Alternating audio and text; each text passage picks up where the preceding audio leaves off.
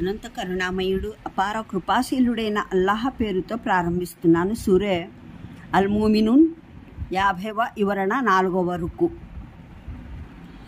4. సఫలత అనేది నిశ్చయంగా సత్యం సదా ఆచారాలతో ముడిపడి ఉంది. ఇంకా నిస్సందేహంగా నిస్సంశయంగా అసత్యం దురాచారాల పరిణామం నష్టం అసఫలతే అన్నది ఒక యథార్థమే.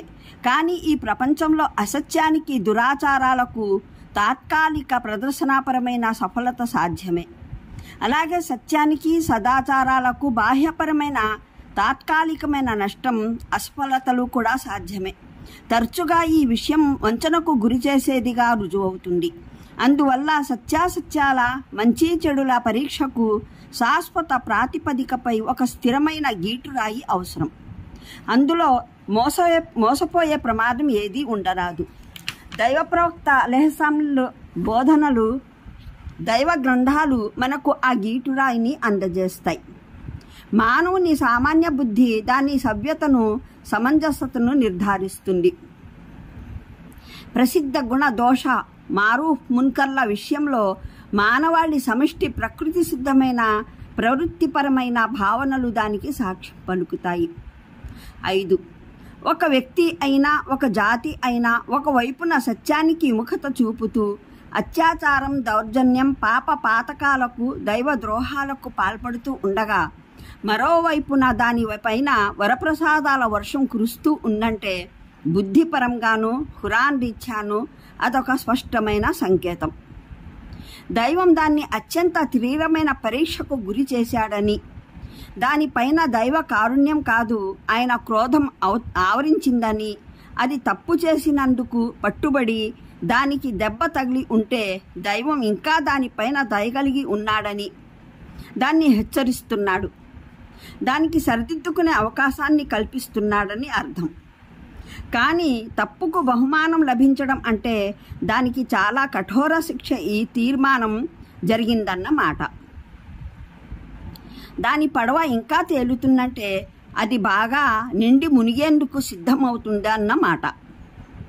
దీనికి భిన్నంగా ఒకవైపున నిజమైన దైవభక్తి నైతికత పరిశుద్ధత వ్యవహారంలో నిజాయితీ మానవాళి పట్ల శిష్టాచారం కరుణ వాత్సల్యం కనబరుస్తూ ఉండగా మరోవైపున కష్టాలు కడగండ్లు కుండపోతగా కురుస్తూ ఉండి దెబ్బ మీద దెబ్బ తగులుతూ ఉండంటే ఇదంతా దేవుని ఆగ్రహం కాదు, కారుణ్యానికే సూచన.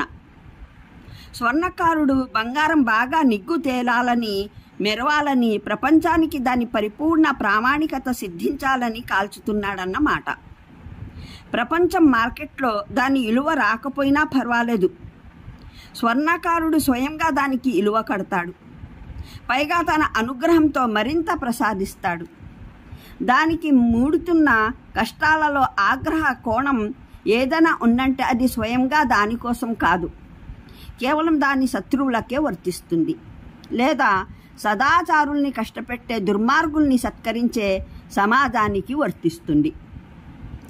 అంటే వారు ప్రపంచంలో దైవం పట్ల నిర్భీతితో నిశ్చింతగా జీవించరు.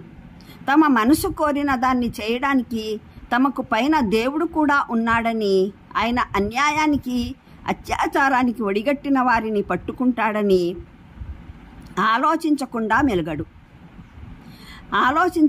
మెలుగరు. దానికి బదులు అనునిత్యం వారి హృదయాలలో ఆయన భయం చోటు చేసుకుని ఉంటుంది. అదే వారిని చెడుల నుండి వారిస్తూ ఉంటుంది. ఆయట్లు అంటే 2 విధాల ఆయట్లు ఉద్దేశించబడ్డాయి. దైవం పక్షాన దైవ ప్రవక్తలు అందజేసే ఆయట్లు, దైవవచనాలు సూచనలు. వాటితో పాటు మానవుడికి స్వీయ వ్యక్తిత్వంలోనూ విశ్వంలో అన్ని వైపులా వ్యాపించి ఉన్న సూచనలు అన్నమాట. దైవ గ్రంథంలోని ఆయట్లను విశ్వసించడం అంటే వాటి సత్యతను ధృవీకరించడం. విశ్వంలోనూ మానవ వ్యక్తిత్వంలోనూ ఉన్న ఆయట్లను నమ్మడం అంటే అవి నిర్ధారించే యథార్థాలను విశ్వసించడం అన్నమాట. ఆయట్లను విశ్వసించడం అంటే మనిషి దేవుని ఏకత్వాన్ని అంగీకరించి విశ్వసించడం కూడా దానంతటా అదే తప్పనిసరి అవుతుంది. అయినప్పటికీ షిర్కే బహుదైవారాధన చేయరాదన్న ప్రస్తావన ప్రత్యేకంగా చేయడానికి కారణం పలుమార్లు మనిషి ఆయత్లను విశ్వసించినప్పటికీ ఏదో ఒక విధంగా ఏదో ఒక రూపంలో బహుదైవారాధనకు లోనై ఉండటం. ఉదాహరణకు ప్రదర్శనా బుద్ధి, అది కూడా ఒక విధమైన షిర్క్గానే పరిగణించబడుతుంది. లేదా దైవ ప్రవక్తలు దైవ సన్నిహితుల బోధనల్లో అతిశయ భావం తీయడం, తద్వారా షిర్క్ వరకు పోయే ప్రమాదం ఏర్పడటం, లేదా దైవేతరుల్ని మొరపెట్టుకోవడం, వారి సహాయాన్ని ఆర్థించడం, లేదా ఇష్టపూర్వకంగా ఐక్షికంగా దైవేతర ప్రభువుల దాస్యం, విధేయత, దైవేతర శాసనాల అనుసరణ కాగా దేవుని ఆయత్ల పట్ల విశ్వాసం ప్రస్తావన తర్వాత షిర్కే. నిరాకరణను వేరుగా ప్రస్తావించడంలో గల అర్థం ఏమిటంటే, వారు అల్లాహ్ కొరకే తమ దాస్య భావనను, విధేయతను, ఆరాధనా భావనను పూర్తిగా ప్రత్యేకించుకుంటారు. ఆయనతో పాటు మరెవరి దాస్య భావనను సూచాయిగా కూడా దగ్గరకు రానివ్వరు. అరబీ భాషలో ఇవ్వడం, ఈతా అనే పదం కేవలం ధనం లేదా ఏదైనా భౌతిక పదార్థం ఇవ్వడం అనే అర్థంలోనే ప్రయోగించరు.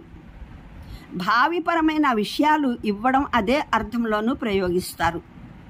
ఉదాహరణకు ఒకరి విధేయతను స్వీకరించడం అనే భావంలో నేను నా మనస్సును అతని విధేయతలో ఇచ్చివేశాను అని అంటారు.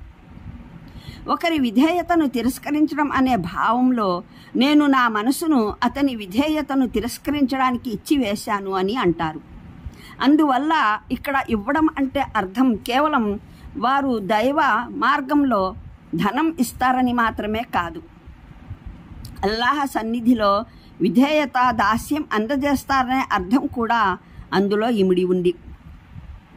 ఈ అర్థం రీత్యా పూర్తి ఆయద్భావం వారు అల్లాహ్ విధేయతలో ఏ సత్కార్యాలు చేసినా, ఏ సేవలు అందజేసినా, ఏ త్యాగాలు సమర్పించుకున్నా వాటి పట్ల వారు పొంగిపోరు. ధర్మ నిష్ఠాగర్భానికి, దైవభక్తిపరమైన అహంభావానికి లోనవరు.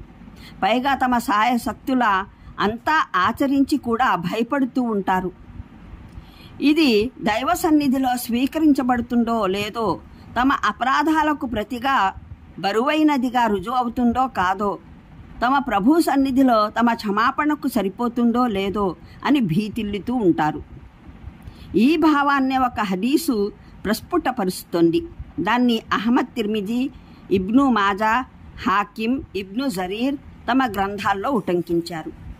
అందులో హజరత్ ఆయిషా రజియల్లాహా ప్రవక్త మహానీయుల్ని అడిగారు, దైవ ప్రవక్త, దీని భావం ఏమిటి? ఒక వ్యక్తి దొంగతనం, వ్యభిచారం, మద్యపానం చేసేటప్పుడు దైవానికి భయపడాలని అర్థమా అని. ఈ ప్రశ్న ద్వారా తెలిసిందేమిటంటే, మహానీయ ఆయిషా రజియల్లాహా ఈ యూతూనా మా అతో అనే పదాలకు యాతూనా మా అతో అనే అర్థం గ్రహించారు. యూతూనా మా అతో అనే పదాలకు యాతూనా మా అతే అనే అర్థం గ్రహించారు. అంటే చేసేదేమో చేస్తారు అని భావం. సమాధానంగా ప్రవక్త మహానీయులు సల్లల్లాహు అలైహి వసల్లం ఇలా సెలవిచ్చారు, అలా కాదు సిద్దీక్ తనయ, దీని ఉద్దేశం నమాజ్ చేస్తూ, రోజా పాటిస్తూ, జకాత్నిస్తూ, ఆ పైన మహామహిమాన్వితుడు అయిన అల్లాహకు భయపడుతూ ఉండే వ్యక్తి అన్నది. ఈ సమాధానం వల్ల ఆయట్లోని పదం యాతూనా కాదు యూతూనా అన్నదే అని. ఇంకా యూతూనా అంటే కేవలం ధనం ఇవ్వడం అనే పరిమిత భావం కాదు, పూర్తి విధేయత పాటించడం అనే విస్తృత అర్థం ఇందులో ఉందని జోత్కమవుతోంది. ఈ ఆయత్ మనకు తెలుపుతోంది, ఒక విశ్వాసి ఎటువంటి మానసిక స్థితితో అల్లాహ్ దాస్యం చేస్తాడో అన్న విషయాన్ని దీని సంపూర్ణ చిత్రణ హజరత్ ఉమర్ రజియల్లాహా అంతిమ దశలో దర్శనమిస్తుంది. ఆయన జీవితకాలమంతా అసమానమైన సేవలు చేసి ప్రపంచం నుండి వీడ్కోలు తీసుకుంటూ ఉన్నప్పుడు దైవం లెక్క అడగటాన్ని గురించి భయపడుతూ